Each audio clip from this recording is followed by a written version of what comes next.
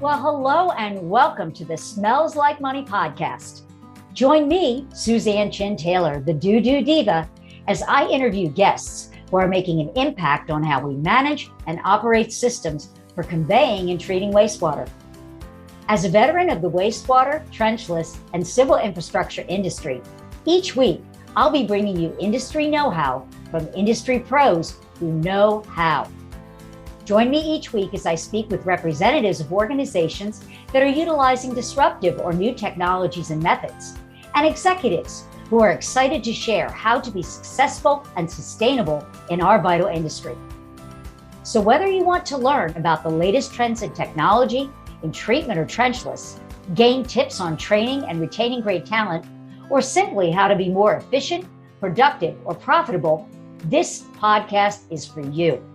Ready? Let's dive right in. Well, hello everyone, and welcome to this week's episode of the DooDoo Diva Smells Like Money podcast. I have the great privilege of visiting today and bringing to you Peggy O'Neal, who is a consultant. She does one-on-one coaching, and she is the developer of a course, and we'll get into that a little bit later because the title in and of itself is very, very intriguing, and it is The Wild Ones Out in the Field Praxis. And I wanted to bring Peggy onto the show. She's a little bit different than, most of my guests that I bring on because she's not from within our industry. However, the information and the work that she does with business leaders, with managers, with entrepreneurs is something that I feel is really extremely valuable no matter, where you're at and what your role is in our industry. And one of the things about Peggy, she has lived a career and had the opportunity to work with people. And I'm going to let her tell the story about this, that most of us can only dream of having the opportunity to work with people that are in this, circle, for lack of a better term. And so without further ado, welcome Peggy to the show. And I'd love you to share with us a little bit about your history with that famous political family. Thank you, Suzanne, for inviting me to be here. I'm very excited to be able to share why you brought me here, and then what's the opportunity for your listeners today. So thank you so much for having me here. Yeah. So what you're referencing is that, but I'll back it up a little bit. I went to law school before I became a consultant and coach. I practiced law for about 12 years. Bill and Hillary Clinton were both teachers of mine in law school. And he offered me a job when he became Attorney General. So I was an assistant Attorney General in Arkansas. When he was governor, he actually asked me if I wanted to be purchasing director for the state of Arkansas. So I was purchasing director running a government agency in Arkansas. And then I had changed careers by the time he was elected president, but by happenstance or not, I was in the DC area when he was elected and just started my own coaching business. I'd changed careers at that point. But I thought, well, I know the president. Let me see if I can get a position. And so I did. So it's the president that you referred to. And so I worked for President Bill Clinton. I worked in the Federal Labor Relations Authority, but I was appointed by the president to fill that position. Wow. So, that the stories that you could probably tell, and that would be another episode for another time, I'm sure. Yeah. But what we're going to focus on today is the topic of, and you and I discussed this a little bit offline, I'm going to look at my notes here, is the truth about reality and what every leader needs to know.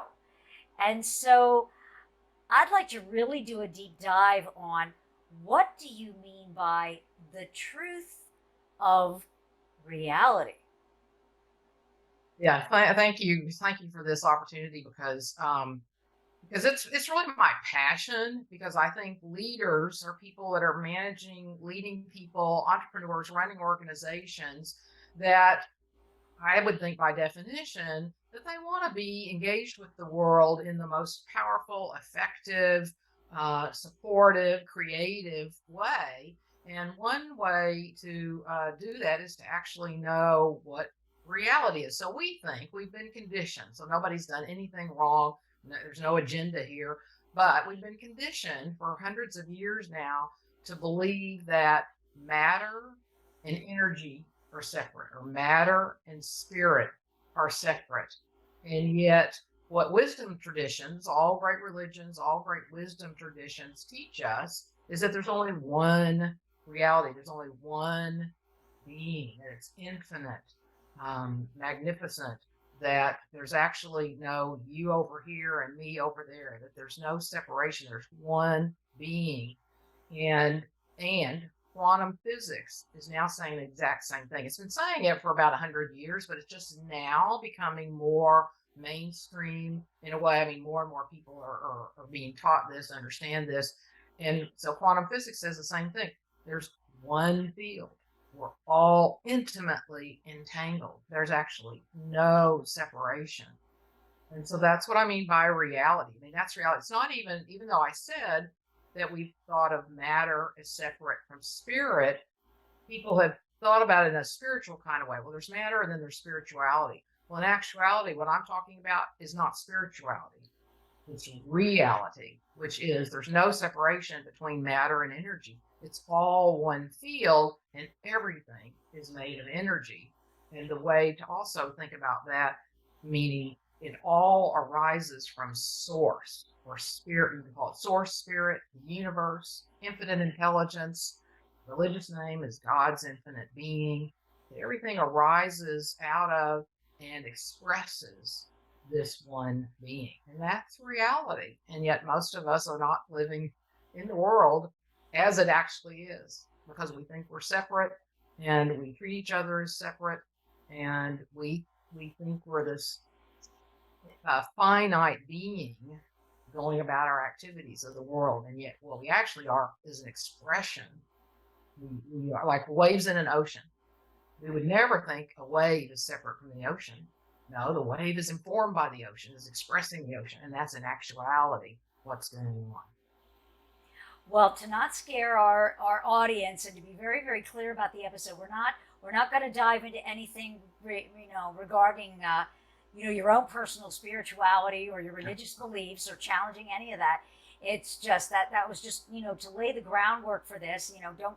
My mom and my grandmom always said never talk religion and never talk politics at the dinner table. So we're not going to do that here on the DooDoo Divas podcast.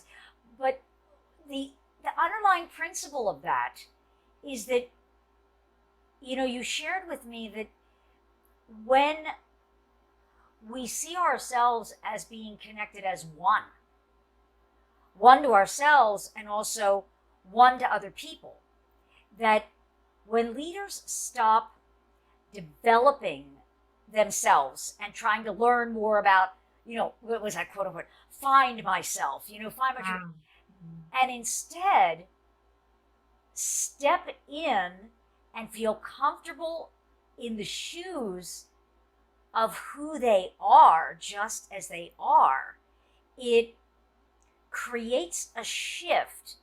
And you shared with me that people that you've worked with that actually take that step to step into their own existing shoes become more creative. They are more engaged with their teams. They're more engaged with themselves. They're more energetic. They can get more accomplished. And I'm just curious as to why that happens. What is it that we let go of, or they have let go of when they do this, that just takes them into this natural state of being able to be more than they've been struggling to be? Yeah.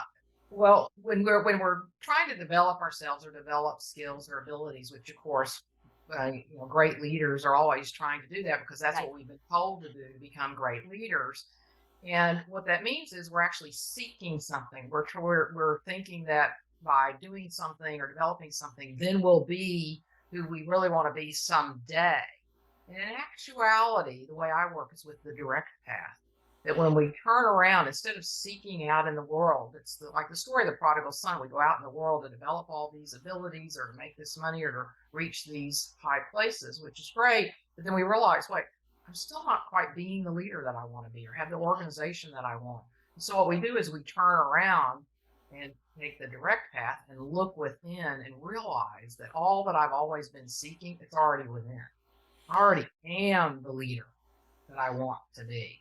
And so we stop looking out or trying to get there someday and start in this moment, realize, wait, I already am the leader that I am and that I want to be. And then because I already am it. And then what you're saying, what do they have to let go of? Or what do we have to let go of? It's identifying with what we believe to be our separate self to be. We think we're separate. When we think we're separate, then we have this identity or this ego, and ego is not a bad thing. We want our ego to support us in carrying out our responsibilities. But when we identify with it in an egoic way, like an arrogant kind of way, or a feeling separate kind of way, then what we do is we want to protect ourselves. And we do that in all kinds of ways. We want to look good. We want to be the best. We want to do the best. And that's actually a form of protection. So what we're leading with in that case is our separate self, our ego, if we're trying to put on a good face. But when we realize that I'm one with my colleagues, I'm one with you, then I can, and I already am caring about these people. I already am responsible. I already am. I know how to communicate instead of trying to communicate better. I already know how. And so we release this sense of separation, this sense of needing to protect ourselves, this sense of we quit relying on our thoughts and our emotions, and instead we actually free ourselves from those identities so that we can actually freely express what we truly want to. That's in our I think everybody has this sense, we have a heart's desire to be this leader we want to be, or the manager or entrepreneur we want to be. And so it's listening to that and letting that guide us, lead us, because that's our essential nature. That's who we truly are. Not all of the trappings of I've got to look good. And when we realize that that we can be free of that, then we actually become what one of my colleagues says, a selfless leader.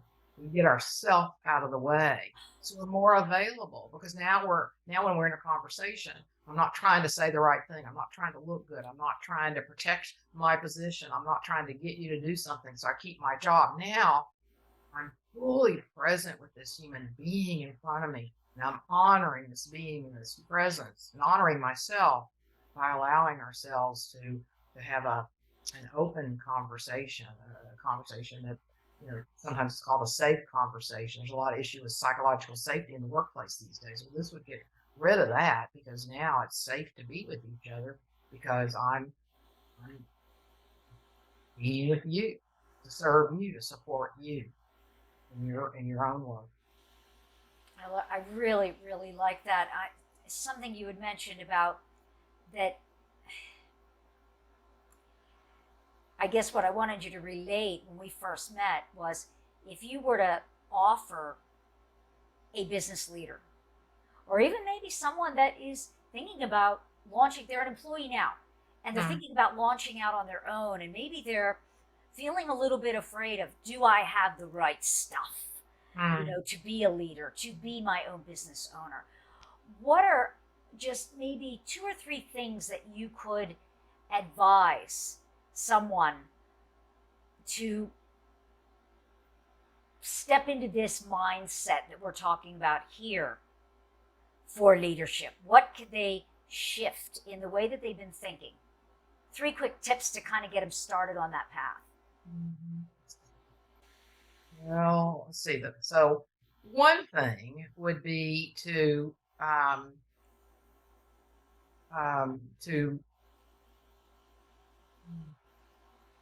because it's a 3 quick steps. I guess the first thing would be to read this book by Rupert Spira called Being Aware of Being Aware. So if somebody really wants to take on what we're talking about right now, you probably want to read this book first because that gives a person the background. Can you And repeat then, that again? Can you yeah, repeat that book being title? aware of being aware Oh, by Rupert Spira. That helps, that creates the context, the background for stepping into this being that I truly am. And then to start embracing that I'm not this finite, limited being. We identify with our bodies, so we think we're finite and limited. But as I start exploring who I truly am, then I realize, wait, I'm infinite.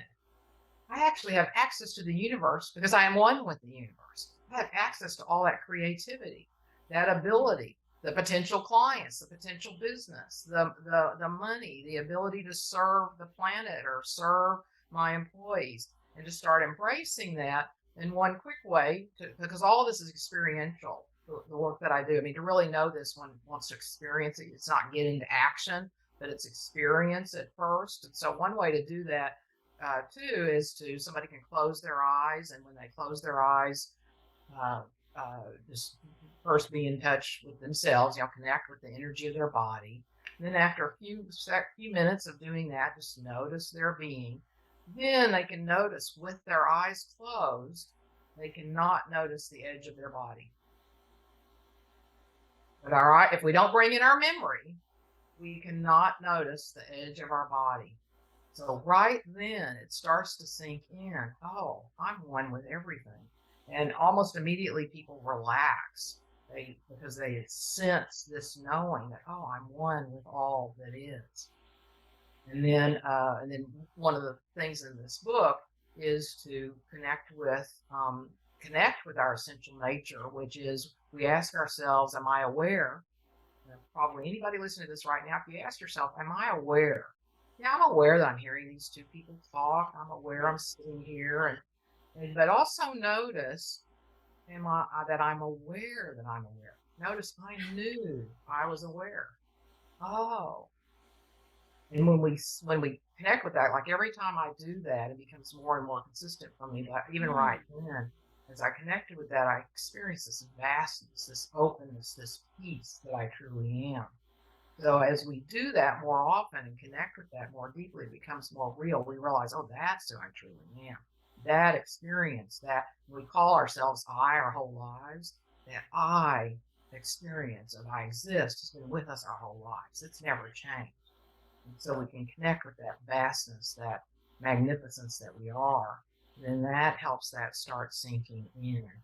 So is this getting at your question? Yes, yes, it is. Because I'm thinking, many people may be thinking to themselves right now, wow, this is way over my head. Or is this, oh my gosh, she lives near Sedona, she's bringing in the woo-woos. But, that's, the new thought and whatnot.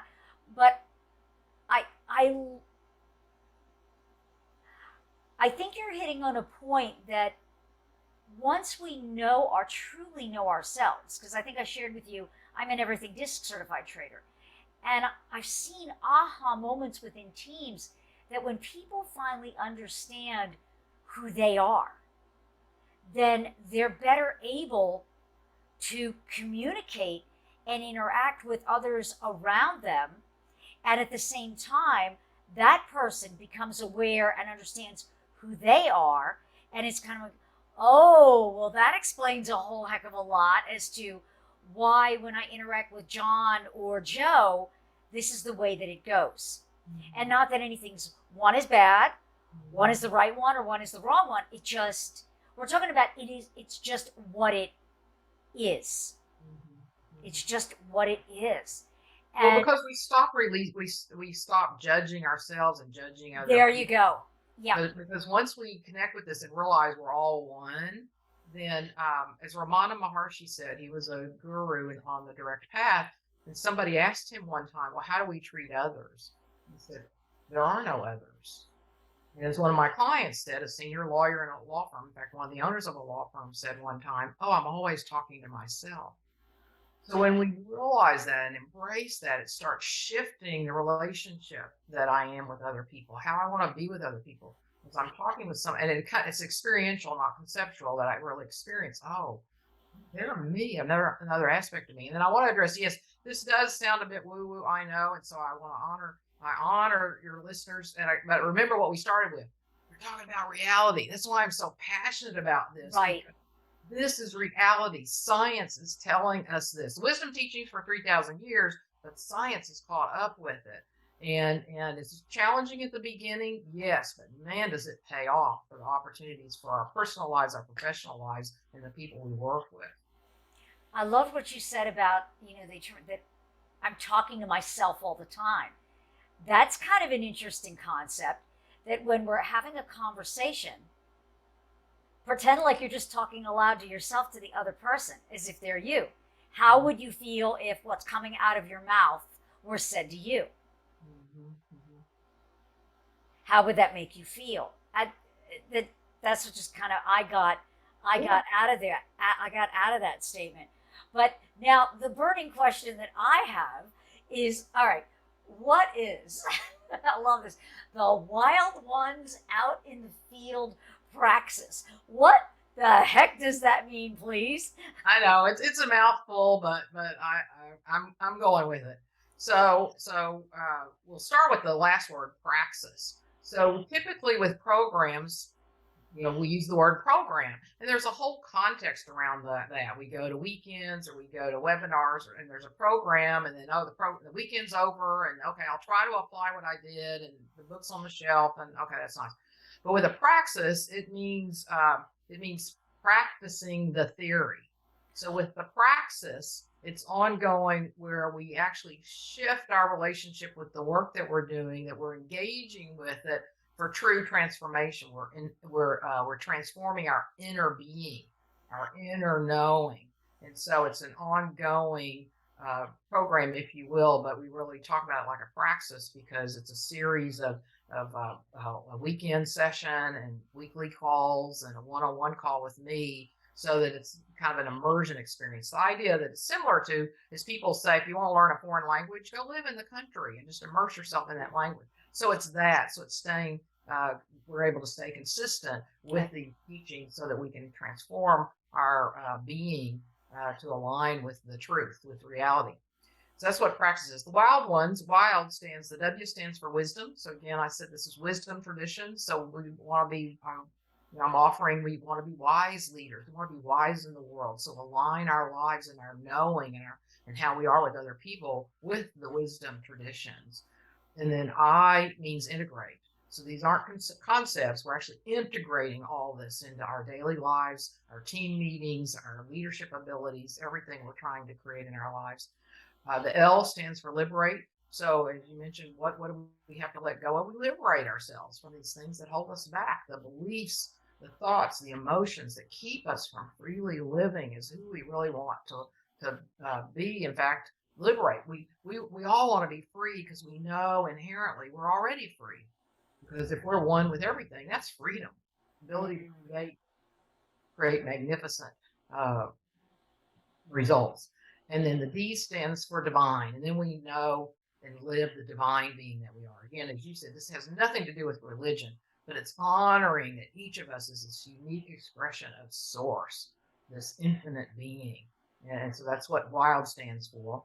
So the wild ones. And then out in the field, there's a Rumi poem that says, that part of it says, and one day I will meet you in the field out there beyond right and wrong.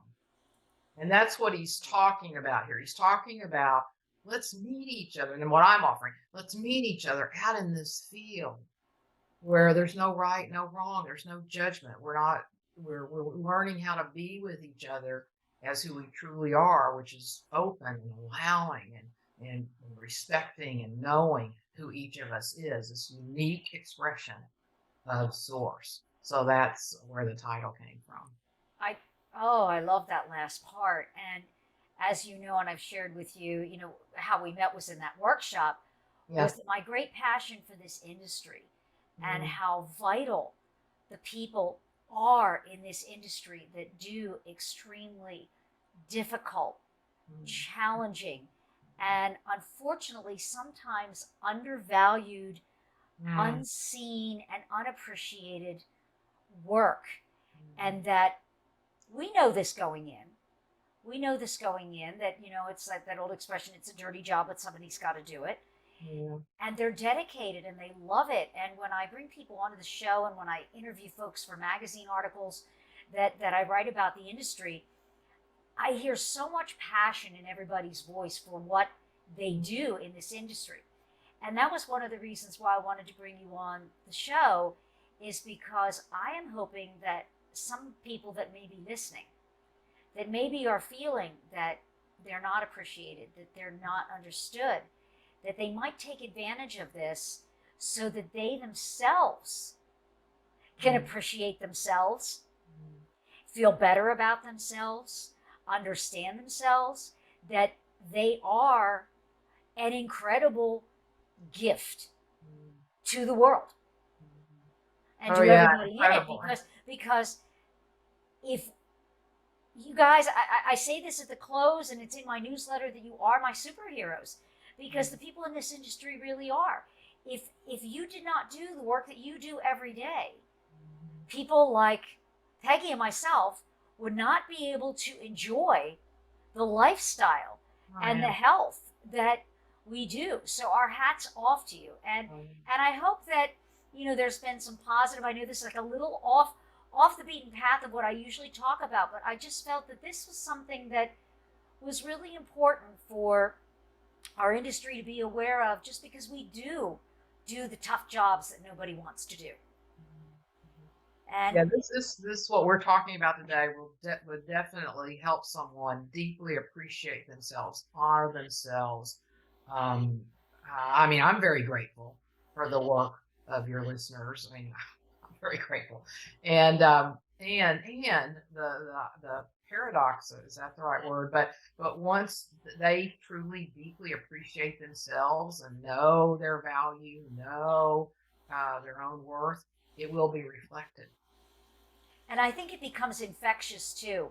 I've often seen great leaders in corporations where there's very low turnover in staff. Other than there's, things happen, but for the most part, people stay for a long time, and it's because of the leadership's attitude. And I worked in a firm, and now looking back on it in hindsight, he was so confident in his own skin as to who he was and how he wanted to show up in the world, and how he wanted his staff to show up in the world and bring their talents to the forefront, that it created such a dynamic organization of people that couldn't wait to get up and come to work in the morning. And how incredible is that work no longer, if we are managers and leaders, to create an environment where work no longer feels like work, that we're not showing up just because we need a paycheck. Well, we all need a paycheck because we all have to live. Right. But that's secondary to the list, that we are coming in because we feel like we have a purpose, that we are appreciated, we are valued, and hey, we're getting paid for it too, so that's just the icing on the cake, Shouldn't we all have that? And I also think that trickles down into our home life too, because we spend, 2/3 of our life working. Right. And so when we come home, if we're happy in what we do for our living, we're not going to come home and be miserable at night when we sit around the dinner table. And most of us, Peggy, I think I shared this with you, most of us in this industry, what we do for a living is not the subject for dinner conversation. Yeah. So when our spouses ask us, so honey, how was your day? She's doing that to be polite, but chances are she really doesn't want to hear about how you had a bucket of poo fall on you, or, like all the dirty work that you do, so yeah. Exactly what you're saying. I've said for years, people learn how to be citizens of the world in our organizations. Exactly what you're saying, how they're treated all day long, how they see themselves, the kinds of relationships they build, conversations they have. That's where we're learning, really, because we experience, like you said, most of our waking hours there. Then whatever that experience is, whatever we're practicing, if you will, the habits of conversation and relating, we're going to take that home. We're going to take that into the community. So yeah, I ditto what you said about how it can be for people in the workplace, and And exactly what you're saying too. That's what will keep people there. People want to know that they're valued, that we see them, that we see them. They're not just somebody to get the work done so that I look better or get my performance review, my own performance review, because you did the work you needed to do. That I see you in the process. That makes all the difference. All the difference, yes. So for Peggy, if you can just relate for those of you who are tuning in, listening to the podcast, and would like to explore, jump on a discovery call with Peggy, learn more about the work that she does, and if maybe it would benefit you personally or perhaps your organization, please tell them how they can get in touch with you or learn more. My email is Peggy, P-E-G-G-Y, at Peggy-O'Neal, O-N-E-A-L.com. And they can go to www.peggy-o'neal.com and sign up for my newsletter. I send out a weekly email with information that's directly applicable to this conversation today. So it's a very valuable newsletter. And it has all my upcoming events and YouTube channel information and so on. Great. Well, again, Peggy, thank you for being willing to come on to the show and talk to what I would consider a very unique audience about what you do. And glad you understand us and you appreciate us. We appreciate you for appreciating us. Thank you. Thank you. Well, it's been a joy to be with you today, Susanna. Oh, thank you. Same here. Love the energy. Appreciate it so much. Thank you. Thank you. You're welcome. All right. And thank you for tuning into this week's episode. Hope you got a lot out of it. And so until next time, keep it flowing. Thanks so much for joining me, the DooDoo Diva, on this week's episode of Smells Like Money. What stood out to you this week? Share your takeaways by leaving me a review. You can find out more about the new technologies, creating sustainable solutions, and insights on how to succeed in our vital industry by subscribing to the show. Whether you want to learn about the latest trends in wastewater infrastructure, treatment, or trenchless, you've got it all right here at Smells Like Money. If you're an industry expert and would like to be considered as a guest for the show, book a quick chat with me by visiting calendly.com/the2it group/B-A-podcast-guest, or simply click the link in the show notes below. Until next week, a big shout out to all my industry friends and those who will be. You are my superheroes. Thanks for tuning in, keeping it flowing, and we'll see you all next week.